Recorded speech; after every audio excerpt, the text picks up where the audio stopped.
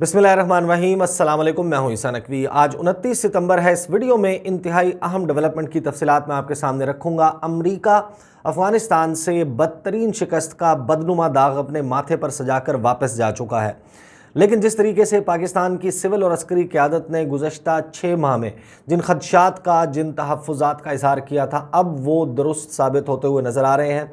ये बात बारहा कही गई पाकिस्तान की सिविल और अस्करी क़यादत की जानिब से कि अब पाकिस्तान को कुर्बानी का बकरा बनाने की कोशिश की जाएगी, अपनी नाकामी का, अपनी शिकस्त का मलबा पाकिस्तान पर डालने की कोशिश की जाएगी। और अब ऐसा होता हुआ नज़र आ रहा है। इस वीडियो में मैं आपके सामने तफसील रखूँगा उस 57 सफ़हात पर मुश्तमिल उस कानून की जिसको इंट्रोड्यूस किया गया है, पेश किया गया है अमरीकी सेनेट में, और जिस किस्म के तेवर नज़र आते हैं इस वक्त अमरीकी इंतज़ामिया के, अमरीका के मुख्तलिफ़ ओहदेदारों के, उनके वज़ीर दिफ़ा हों, उनके वज़ीर ख़ारिजा हों, और अमरीकी सदर जो बाइडन बज़ाते ख़ुद पाकिस्तान के साथ नाला नज़र आते हैं, पाकिस्तान पर उनका गुस्सा नज़र आता है अमरीकी ऑफिशल्स का।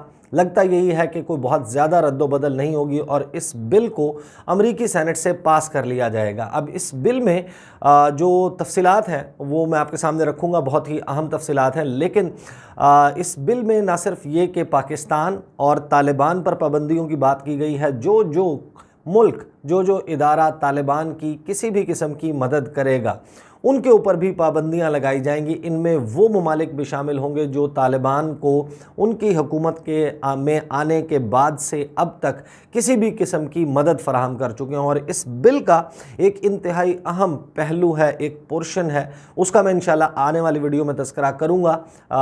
सरसरी सा मैं आपको उसमें बता दूँगा, क्योंकि इस बिल में अमरीका की जो जनूबी एशिया है, साउथ एशिया और सेंट्रल एशिया, वस्ती एशियाई ममालिक और जनूबी एशियाई ममालिक के साथ आइंदा की पॉलिसी क्या होगी, इन ममालिक की तरफ हिकमत अमली क्या होगी, ताल्लुकात कैसे होंगे, उसका असर नौ जायज़ा लिया जाएगा। वो किन बुनियादों पर लिया जाएगा, उसमें किन ममालिक की मुखालिफत और किस तरीके से भारत की पैट्रोनाज की जाएगी, वो इंशाल्लाह आने वाली वीडियो में रखूँगा। ये जो बिल है यह है तालिबान और तालिबान की मदद करने वालों पर पाबंदियाँ लगाने का बिल। टाइटल है इसका the Afghan counter terrorism oversight and accountability act of 2021। इस कानून की मुद्दत होगी 10 साल के। जिस दिन ये पास होगा उसके बाद अगले 10 साल तक ये कानून अमरीका में मौजूद रहेगा।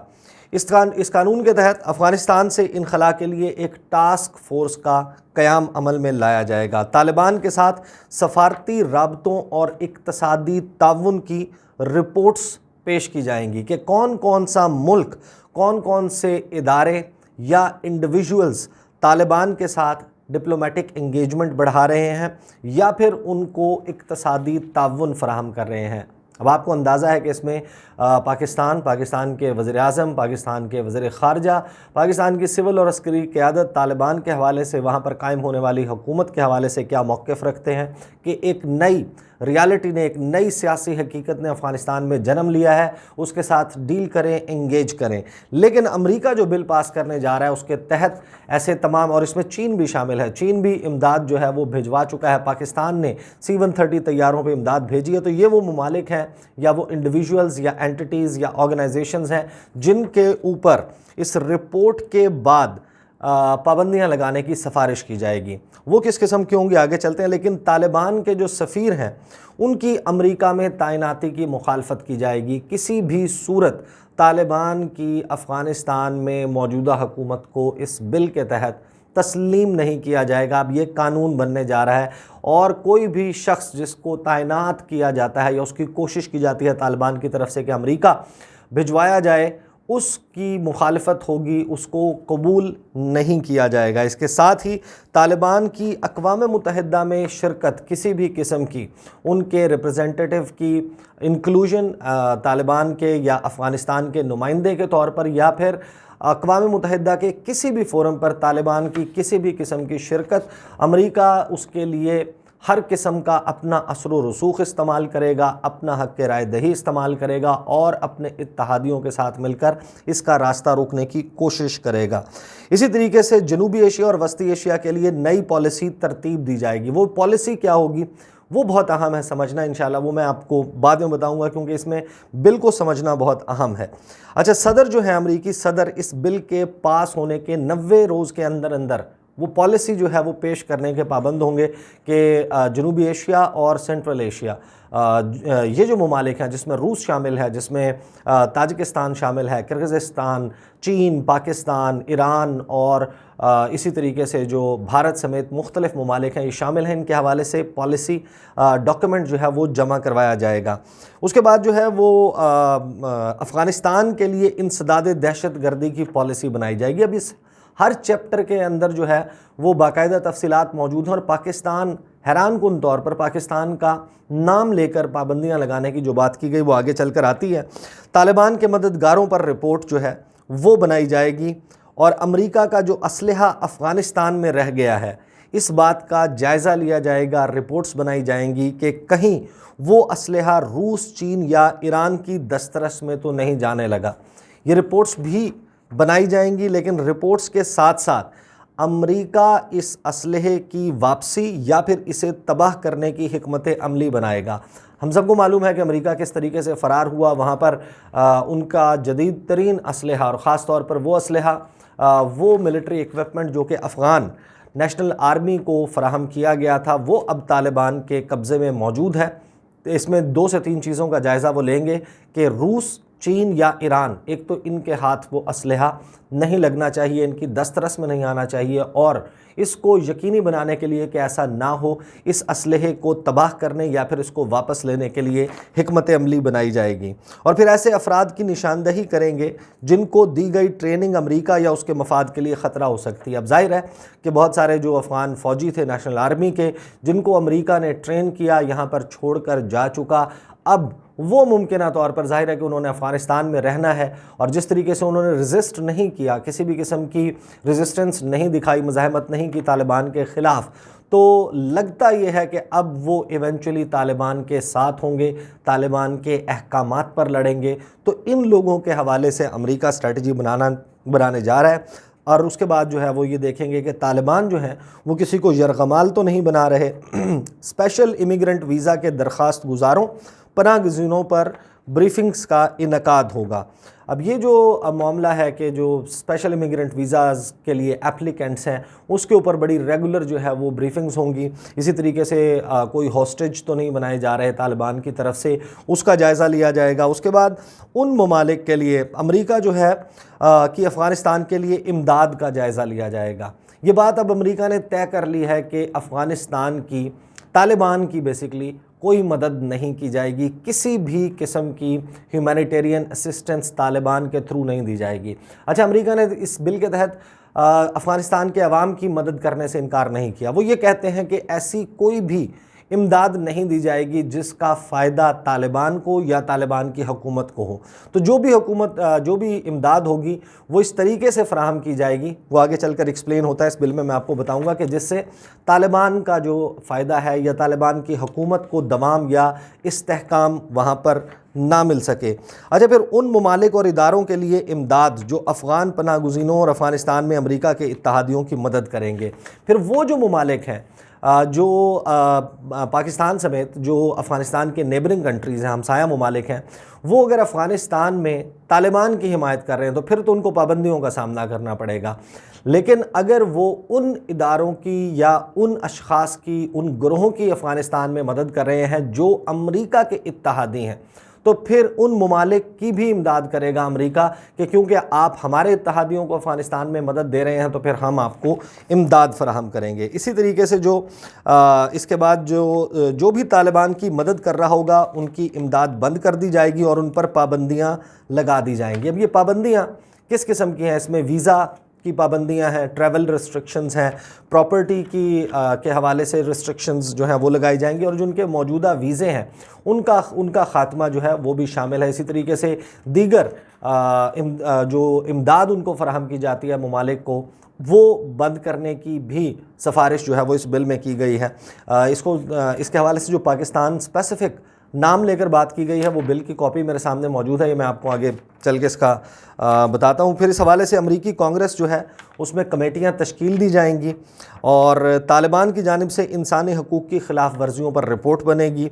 तालिबान और दीगर ग्रोहों पर उनके अमल के मुताबिक पाबंदियाँ लगाई जाएंगी।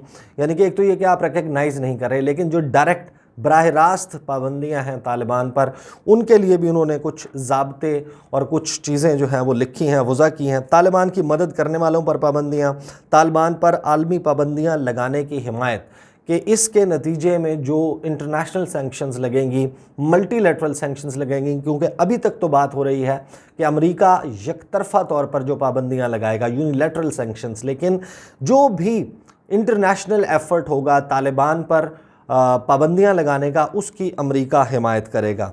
अच्छा, इस बिल में पाबंदियों से इस्तिस्ना और मुअत्तल करने की गुंजाइश भी मौजूद है। अमेरिकी सदर को इख्तियार होगा कि अगर पाबंदियाँ हटाने में अमेरिका का मफाद मौजूद है तो ऐसा कर दिया जाए।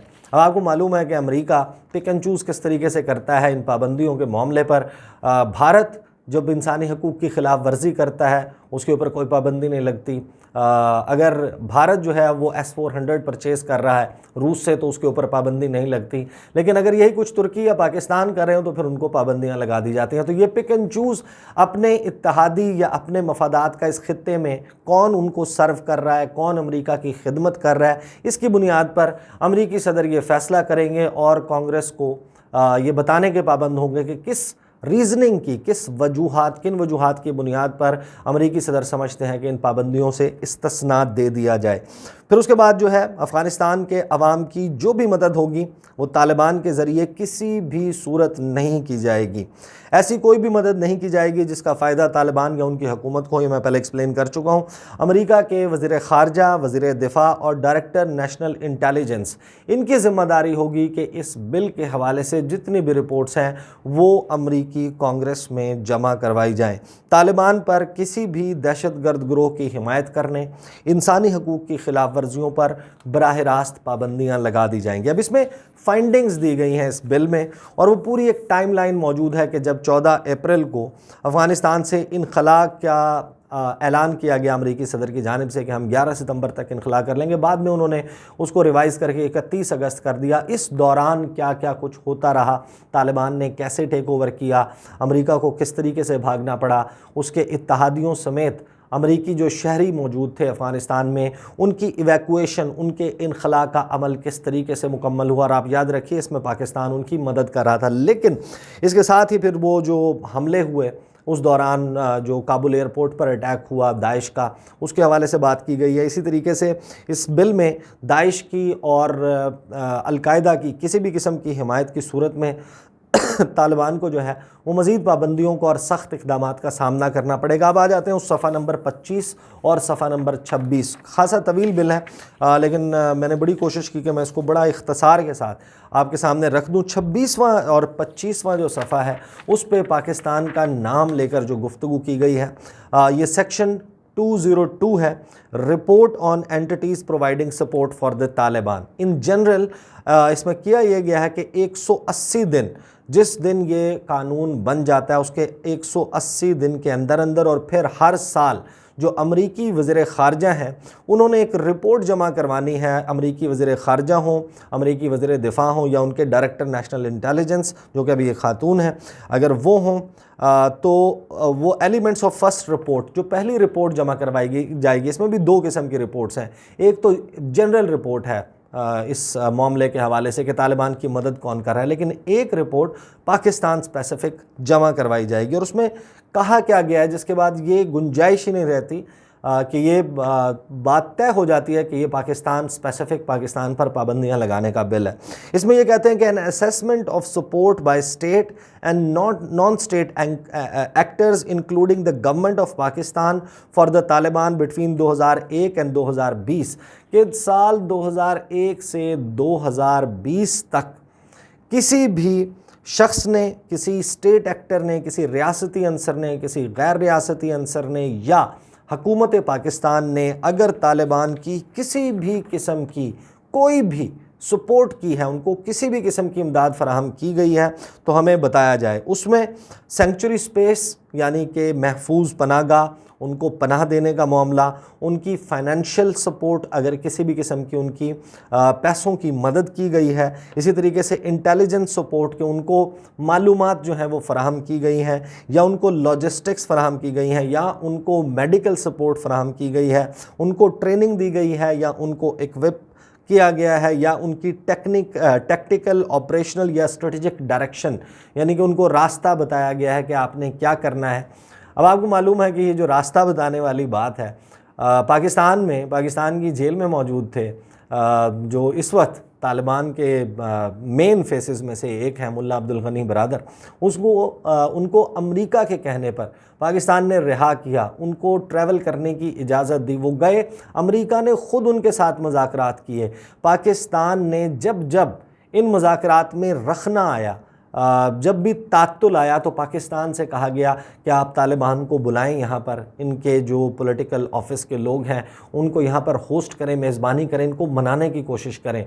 साल 2020 में, साल 2019 में पाकिस्तान ने उनको होस्ट किया, बुला के उनसे कहा कि अमेरिका के साथ आप बैठें और बात करें। और अब यही कुछ अमेरिका के कहने पर करने के बाद पाकिस्तान के हवाले से ही कहा जा रहा है। फिर साथ ही एन असेसमेंट ऑफ सपोर्ट कि किसी भी किस्म की अगर सपोर्ट पाकिस्तान के किसी भी रियासती, गैर रियासती अंसर या फिर पाकिस्तान की हुकूमत ने की जो ऑफेंसिव था तालिबान का, जिसके नतीजे में अफ़गानिस्तान में हुकूमत गिरी, अशरफ गनी को भागना पड़ा, इस बात का जायज़ा लिया जाएगा कि इस हवाले से पाकिस्तान ने कोई ताउन तालिबान के साथ किया या नहीं। इसी तरह पंजशेर की वादी, उसमें जो तालिबान का ऑफेंसिव था जिसमें उन्होंने इवेंचुअली टेक ओवर किया, रेजिस्टेंस के लोगों को भागना पड़ा, जो मज़ाहमती फ्रंट वहाँ पर बनाया गया था, उसमें पाकिस्तान ने किस किस्म की मदद की, ये इसका जायज़ा लिया जाएगा। और एक डिटेल्ड जो डिस्क्रिप्शन है इस मामले की कि अमेरिका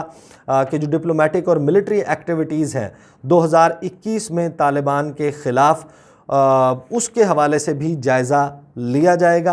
अब ये जो बिल है इसमें आगे चलकर फिर मज़ीद तफसीलात हैं, ज़ाहिर है कि मैं आपके सामने वो तफसीलात रख रहा हूँ जो पाकिस्तान से रेलेवेंट है।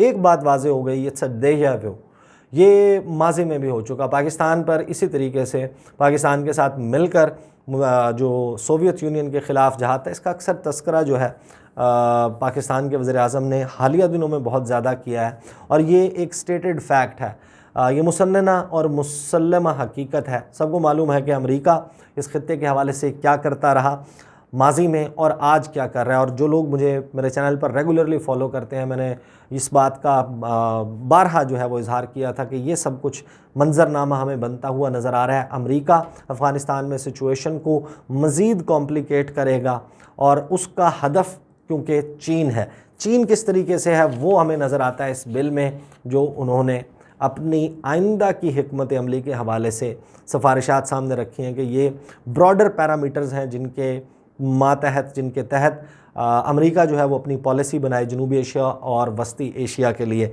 इंशाल्लाह उसकी तफसील मैं आपके सामने आने वाली वीडियोज़ में रखूँगा। अगली वीडियो में आपके साथ मुलाकात होगी, मुझे इजाज़त दीजिए। अल्लाह हाफ़िज़।